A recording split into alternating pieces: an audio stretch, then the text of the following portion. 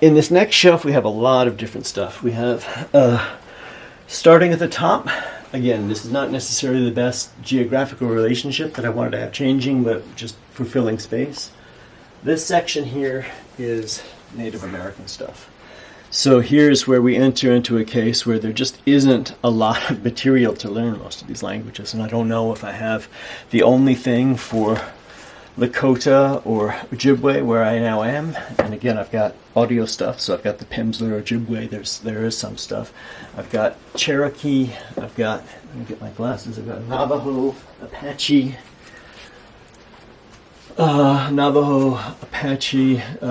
Mohawk, Cheyenne, so about a handful, 6 or 7 North American Indian languages. Can't say I've studied any of these in any degree. Slightly a little bit of Ojibwe here in Minnesota.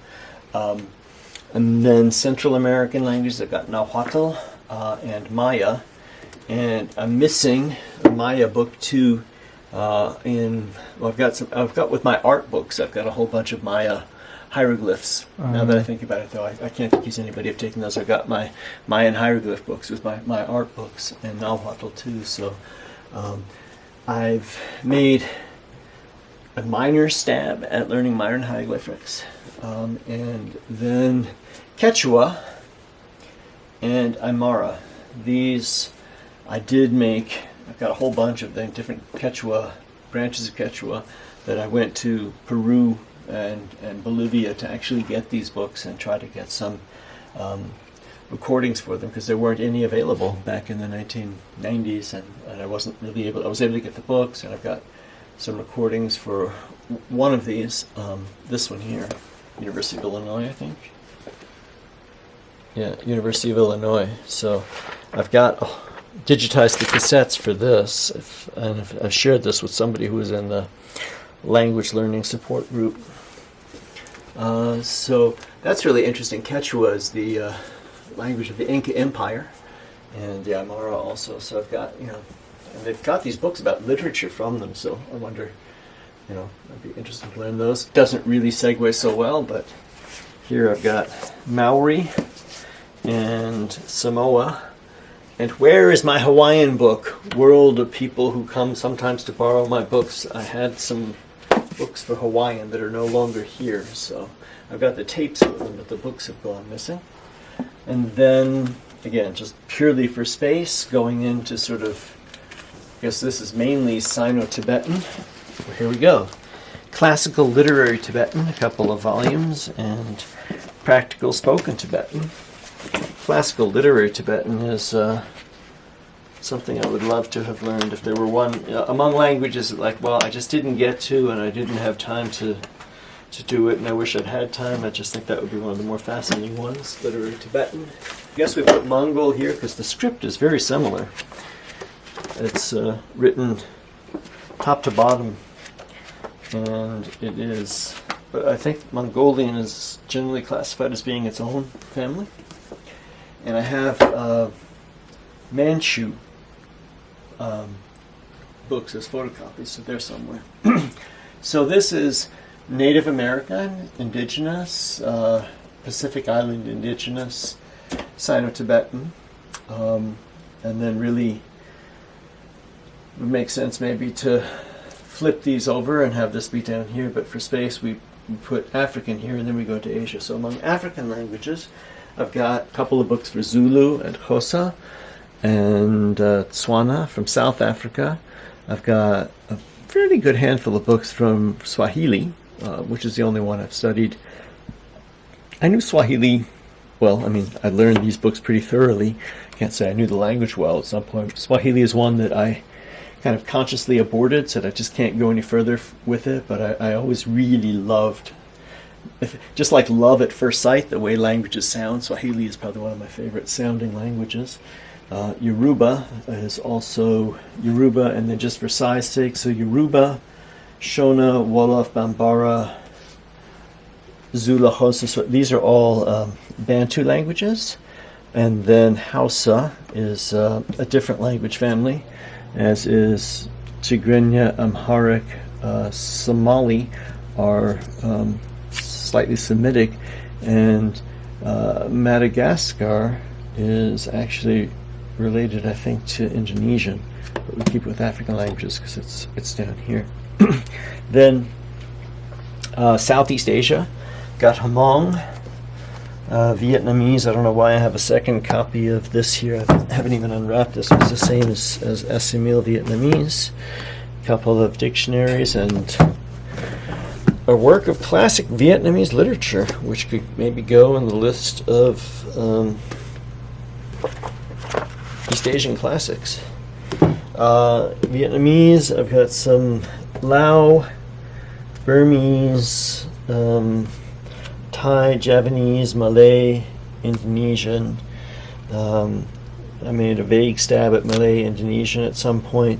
Thai I never did, but among books that I've always thought that looked really good, just as a textbook, just, I haven't studied. I mean, most of these I just, got and looked at them, but like when you understand language families, when you understand grammars, it's you can kind of appreciate a grammar and stuff like this. This just looks like a really good book for learning Thai, the fundamentals of the Thai language, just the whole outline and structure of it. So if I were ever to go for Thai, I would go for this. So that's Southeast Asia. And going into Central Asia, I've got Turkish proper, and this has got to be, Turkish is another, like Turkish, Swahili, Japanese, Chinese, some maybe Polish. These are languages that I aborted. These are languages at a certain point. Right after this collection, I kind of said, I realized when I wanted to get further into Persian and Arabic, it's just learning a language is one thing, but developing is too much. I just can't keep going with all of them, so I have to stop. So Turkish is one that I've stopped and always regretted. And if I were ever to go back to Turkish, this Dictionary of Turkish Verbs by Context and Theme, I just love this book. This is fascinating, the way it's got organization of it, and you can see the etymology and all the wonderful sentences that are from it. This is just be a fascinating book to go through if you were actively learning Turkish and just work with this. You'd be really good when you're done with this. So this is from modern Turkish, and also another language that I regret never having learned, or I wish I did know more. I've got a fair number of stuff from modern Turkish and some good readers and the like. But Ottoman Turkish. Ottoman Turkish, first of all, you'd have to know modern Turkish here to use these Ottoman books, but Ottoman Turkish is a language that I kind of always wanted to do and never got to. And then, most recently, should have shown it when I did the Italian books over here. This guy at the Iran Academy, who's republishing these by the natural method, all these languages like the Lingua Latina. So here's Italian by the natural method. Wonderful. Look at this. This is beautiful leather, nice binding, wonderful print, wonderful paper. So he sent me this Italian by the natural method, and he also sent me this wonderful Leila wa Manun, and this is one of, I think this is either a Turkish version of a Persian classic, or maybe it's a translation, but it's got modern Turkish, Ottoman Turkish, and then Ottoman at the end. And if anything, so I thank him at the Iran Academy again for sending me these, and I have to say, if anything, I'm a retired language learner. I'm not learning new languages, but if anything has tempted me recently to say, maybe I should learn some other language, maybe I should do it. I'd love to learn Ottoman Turkish to try to have a crack at that. Apart from Turkic, I've got this wonderful manual of Kazakh and some other Kazakh and Azerbaijani texts. And then for continuing sort of Caucasian, Central Asian languages, I've got some Armenian and Georgian.